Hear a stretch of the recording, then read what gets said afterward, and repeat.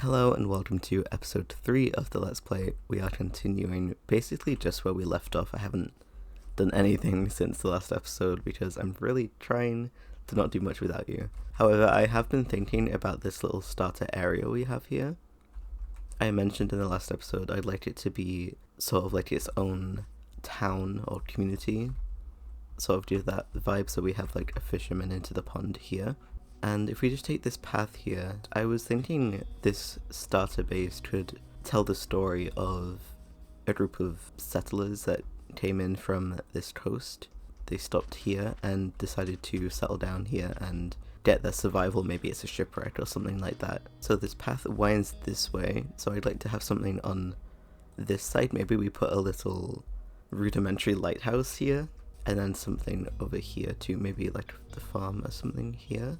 Okay, most of the trees are now here, and we have a very direct view from one side to the other, and it's a lot smaller than it appears. So in addition to the fisherman's house, we have a farmhouse. Out here will be the animal pens, and then in here, the door will be about there, will be a greenhouse. And we have the path splitting off to the other side where we can put a bridge. I think that's enough to be tracking on with now. And I'm just going to kind of wing the designs. I don't have anything particular in mind, but we'll make it in keeping with the theme. So I started putting the glass in the greenhouse, but it doesn't look very nice. I'm thinking we go on an adventure for some cactus and see what the green glass would look like in there. Either that, or I was thinking like light grey. It looks like the thing where you get suspicious travel from. It looks like we found one of those here. And the mountain's just been cut in half. We'll have to return to this place. Alright, I've decided to turn and come back after an unsuccessful mission. That way it was all ice biomes. So I'm thinking we go east next time we're looking for cactus. But I think for now we'll just do light grey glass, because I think it'll look better than green anyway. But I went quite far out. I watched an entire movie on the way there. Okay, got a little bit distracted, but here is the greenhouse. I'm not entirely sold on the little mossy growths. I haven't done the other side either, but this would be like the angle we see it from the most, just because this is where the starter base is, and I think it looks pretty decent from over here. I like the height that it's got, and then from the path it isn't too special, but there'll probably be more things in front, so we've left space for that as well. And if we come inside, we have, obviously this will be full up later, but we have beetroot at the top, just because I think it looks the nicest, apart from wheat of course. And we have carrots down here, and then potatoes will be on this side. We have wheat down there, and then up here are our pumpkins along this edge, just because I think the pumpkins look nicer, so that we can see them through the window out there. And the melons on this side, and the water is hidden within the walls.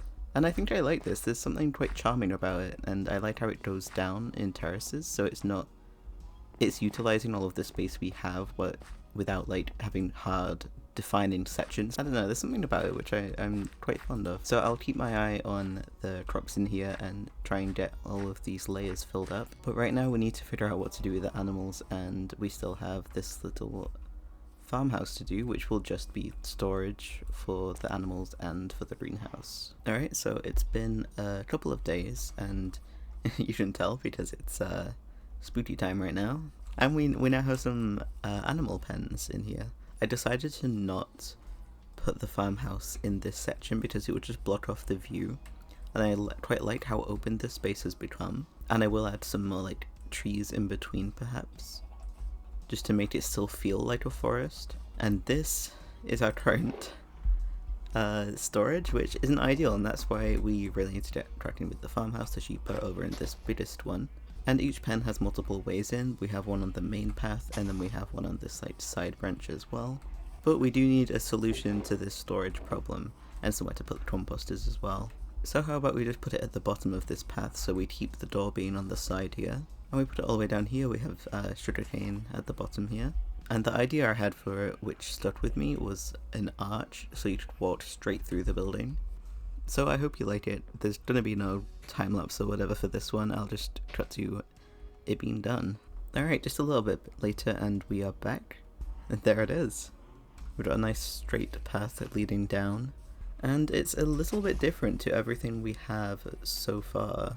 This building is a little bit bigger, but still limited on what supplies we could use, but we could use a lot more than we could over there. So over here, this is a horse stable, so if we ever get a horse, which I haven't actually seen any, but if we ever do, we can park it right here, and we have some fences to tie the lead to. I did get some leads because a wandering trader visited.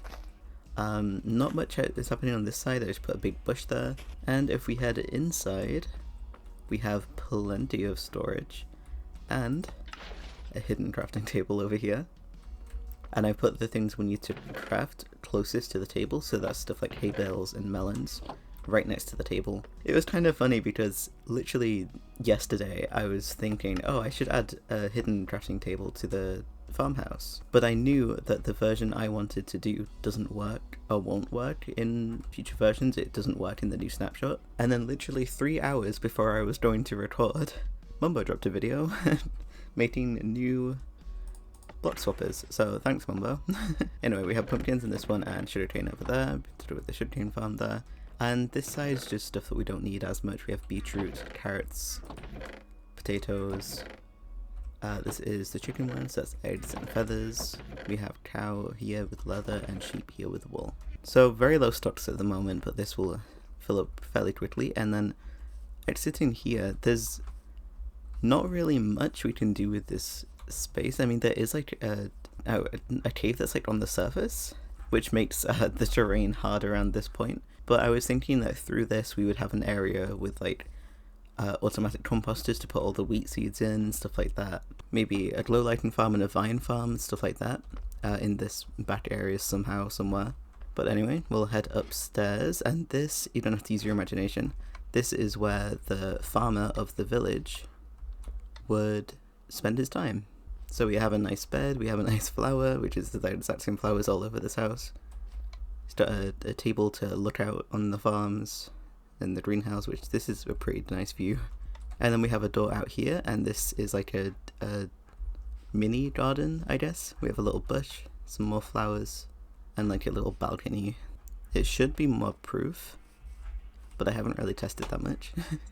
And yeah, I'm pretty happy with how it turned out actually.